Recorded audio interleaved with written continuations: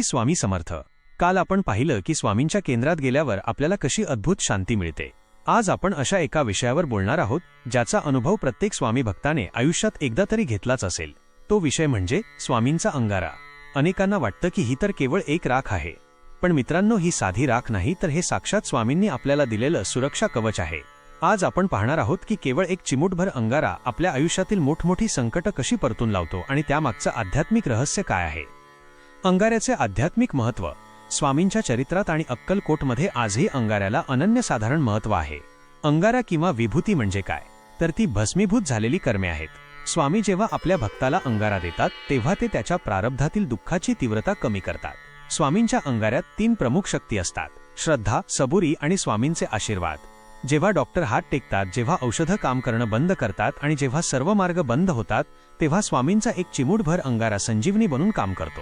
तो अंगारा कपाळाला लावताच अंगात एक वेगळीच शक्ती संचारते आणि मनातील भीती पळून जाते। एक थरारक प्रचिती। अंगाऱ्याचा चमत्कार। स्वामींच्या एका निस्सीम भक्ताचा हा हृदयस्पर्शी अनुभव आहे। एकदा या भक्ताच्या लहान मुलाला अचानक खूप ताप आला। रात्र झालेली होती, पाऊस पडत होता आणि दवाखाना खूप लांब होता। मुलाची प्रकृती इतकी खालावली की तो शुद्ध हरपला। त्या माऊलीकडे स्वामींच्या फोटोसमोरचा अंगारा सोडला तर दुसरं काहीच नव्हतं। तिने रडत रडत स्वामींना हाक मारली, स्वामी, आता तुम्हीच या लेकराला वाचवा। तिने तो अंगारा मुलाच्या कपाळाला लावला आणि थोडा अंगारा पाण्यात कालवून त्याच्या जिभेला लावला। काय आश्चर्य!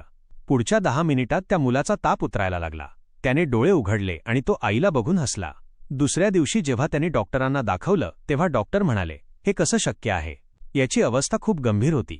तेव्हा त्या भक्ताच्या डोळ्यात पाणी आलं। तिला ठाऊक होतं की हे डॉक्टरांनी नाही तर स्वामींच्या अंगाऱ्याने केलं आहे। मित्रांनो, जिथे विज्ञान संपतं तिथे स्वामींची कृपा सुरू होते। अंगारा लावण्याची योग्य पद्धत आणि नियम। स्वामींचा अंगारा वापरताना काही गोष्टींचे भान ठेवणे खूप गरजेचे आहे। 1. शुद्ध भाव। अंगारा लावताना मनात पूर्ण विश्वास ठेवा की स्वामी हे संकट दूर करणारच।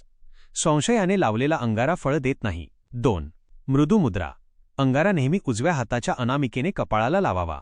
कपाळाच्या मध्यभागी जिथे आपण टिळा लावतो तिथे अंगारा लावल्याने आपली एकाग्रता वाढते। 3. अनादर टाळा। अंगारा खाली पडणार नाही याची काळजी घ्या। जर चुकून पडला तर तो लगेच उचलून एखाद्या झाडाच्या मुळाशी टाका। 4. नामस्मरण। अंगारा लावताना श्री स्वामी समर्थ या मंत्राचा उच्चार आवर्जून करा। मंत्राच्या शक्तीने अंगाऱ्याचा प्रभाव कैक पटीने वाढतो। लक्षात ठेवा, अंगारा म्हणजे निव्वळ धूळ नाही, तर ते स्वामींचे अभयवचन आहे।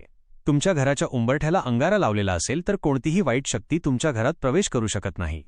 कपाळावर स्वामींचा अंगारा असेल तर काळही तुम्हाला घाबरून मागे सरेल। तुम्हाला स्वामींच्या अंगाऱ्याचा असा एखादा चमत्कारिक अनुभव आला आहे का? तो अनुभव कमेंट्समध्ये नक्की सांगा आणि श्रद्धेने श्री स्वामी समर्थ लिहायला विसरू नका। उद्याचा भाग। मित्रांनो, उद्या आपण एका अशा विषयावर बोलणार आहोत जो प्रत्येक गृहिणीसाठी आणि भक्तासाठी महत्त्वाचा आहे। स्वामींची कृपा प्राप्त करण्यासाठी घरातील देवघर कसे असावे आणि तिथे कोणत्या वस्तू असाव्यात। उद्याचा भाग अत्यंत मार्गदर्शक असणार आहे, तो नक्की पहा। श्री स्वामी समर्थ।